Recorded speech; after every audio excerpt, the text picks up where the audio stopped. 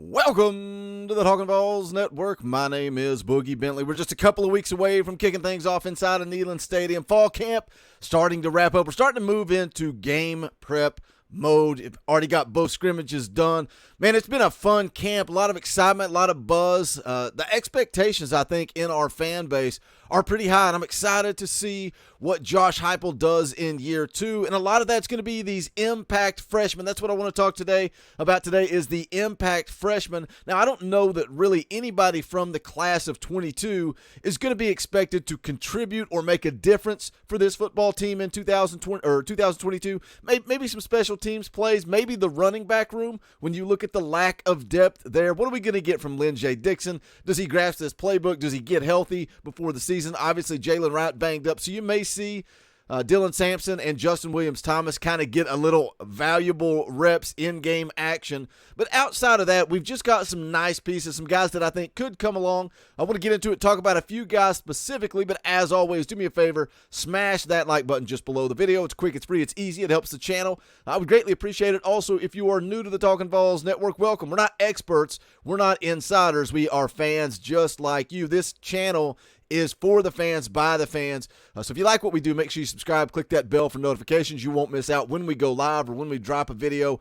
Had a great time last night on the live stream. Eric Kane of VolQuest.com and Locked On Vols hung out with us for about 20-25 minutes. Great conversation. You guys really seem to dig it. We're going to do some more stuff with him in the future. Supposed to be going on his channel, Locked On Vols, sometime within the next week or so. We'll get that ironed out, scheduled, and I'll let you guys know when that's going to take place. But then we also had the fan call-in show, which is always a blast, and I get it. Sometimes the technical issues are annoying. There might be internet lag or there might be some echoes. Look, the fans, the guys, the people that listen to this channel, they're not podcasters. They're not YouTubers. They don't have high-quality microphones, but it is what it is. It's part of what makes this channel fun. I love interacting with you guys, so I had a great conversation last night. But let's go ahead and jump in and talk about a few freshmen that I'm really excited about hearing more and more as we go through fall camp. And I'm going to start off with Mike Eckler's comments. He met with the media yesterday, and he had some words to say about two of the young edge rushers from the class of 22. Let's take a listen.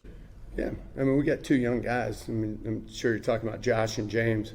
And Josh is he's really coming along, and so is James. But James is a little bit more raw, and Josh is a little more seasoned in a certain sense. But both those guys have just an incredible amount of talent and unbelievable work ethic. Great kids, just figuring it out. They're true freshmen.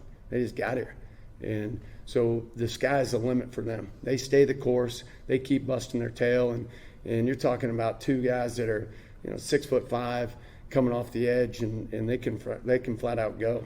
And they got great instincts, and they love to play the game. So beyond excited. And then add in Roman and BY, and you got a great crew. You know, we as fans sometimes get too excited about star rankings, but it is what it is. It's always going to be that way. It's never going to change. And when you look at the class of 22, the freshmen that are part of this football team right now, Tennessee ranked 23rd overall, according to 24/7 Sports. They had 7 4-star prospects in that class. The rest of it filled out with 3 stars. And when you look at these two edge rushers, these two young edge rushers that Coach Eckler's talking about in James Pierce and also Joshua Josephs, look, James Pierce is the one that got all the hype. We were so excited and fired up, and a big part of that, it's kind of similar to Harrison Bailey. And I'm not saying that James Pierce is going to be a flop like Harrison Bailey was a flop. But what I'm saying is he got that 5th star from On3.com kind of late in the process, and that generated a lot of buzz in our fan base, me included. We were really excited about what James Pierce was going to do, and he's getting overshadowed by Joshua Josephs right now, and it's fine. They're both going to be just fine.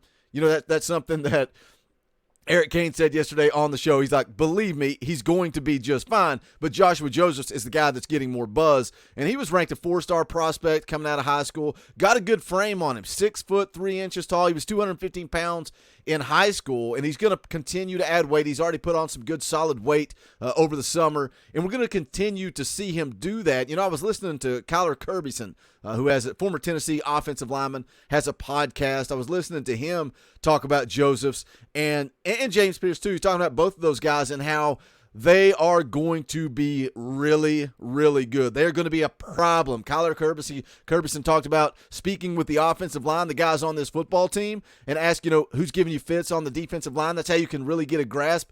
And everybody's talking about Joshua Josephs and how he is going to be a force to be reckoned with as he starts to mature, continues to develop. And that's what gets me excited about this defensive line unit moving forward. Again, you pair Joshua Josephs and James Pierce, guys that are true freshmen.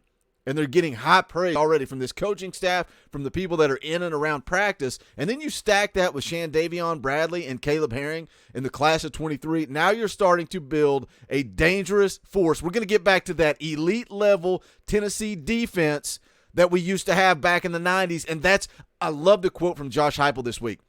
I listened to him do his media rounds, and somebody asked him about playing a little bit better defense or just doing enough on defense. And I've said that myself on this channel. Josh Heupel's not having it. Josh Heupel came back and said, we're going to play elite level defense. That's the goal. Not just enough, not a little bit better on third downs. We're going to play elite level defense. Now, moving over to the running back room, that's where you're also hearing a lot of buzz. Kind of a similar situation. Justin Williams-Thomas got all the hype when he got added to the class of 22. Dylan Sampson, a little bit further down, not as much hype, not as much buzz. Dylan Sampson was actually rated as a 3-star prospect, and that's, again, when we throw those star rankings out there and we start talking about this, that, and the other, Dylan Sampson is a case of player evaluation. Dylan Sampson fits this offense perfectly, and he is getting a ton of buzz during fall camp. He's a guy that's an absolute burner.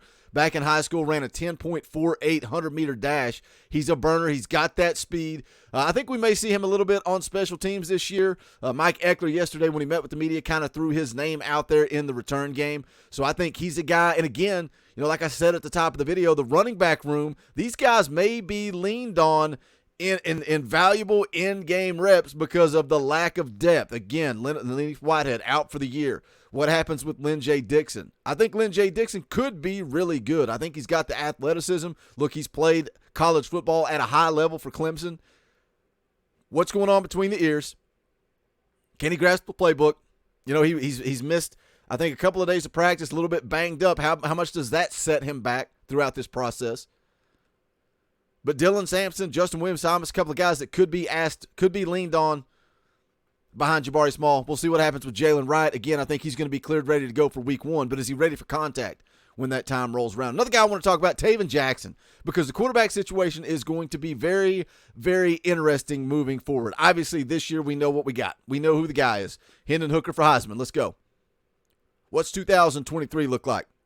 When you've got Joe Milton coming back for one last year, a guy that's been a great teammate, a guy that stuck it out, a guy that could have packed up his bag and left, could have gone elsewhere, could have transferred down, gone somewhere to play this year. But he said, no, I'm going to stick it out. And he's a guy, and I know he's frustrating, and I know a lot of you guys don't like him, but he's a guy that can help this football team as a valuable backup to Hendon Hooker. It's a violent sport. Hendon Hooker is an elusive guy that's going to make plays with his feet. We're one injury away from Joe Milton taking over. But where it gets interesting is when we move into 2023 in that quarterback competition between Joe Milton, Nico Iamaleava, and Taven Jackson, because Taven Jackson's a guy that is getting a ton of praise from this coaching staff for doing the things the right way. He was a big-time prospect, 4-star prospect, 13th ranked quarterback in the class of 22. Great athleticism, fits what Josh Heupel wants to do perfectly. What happens if Joe Milton starts next year? Does Taven Jackson transfer or does he stick around? How's the quarterback competition look with Nico? I saw a lot of guys on VAWLS having this exact conversation just recently. It's a good problem to have. It's a good problem to have too many quarterbacks that you don't know what to do with. And yeah, the transfer portal changes things.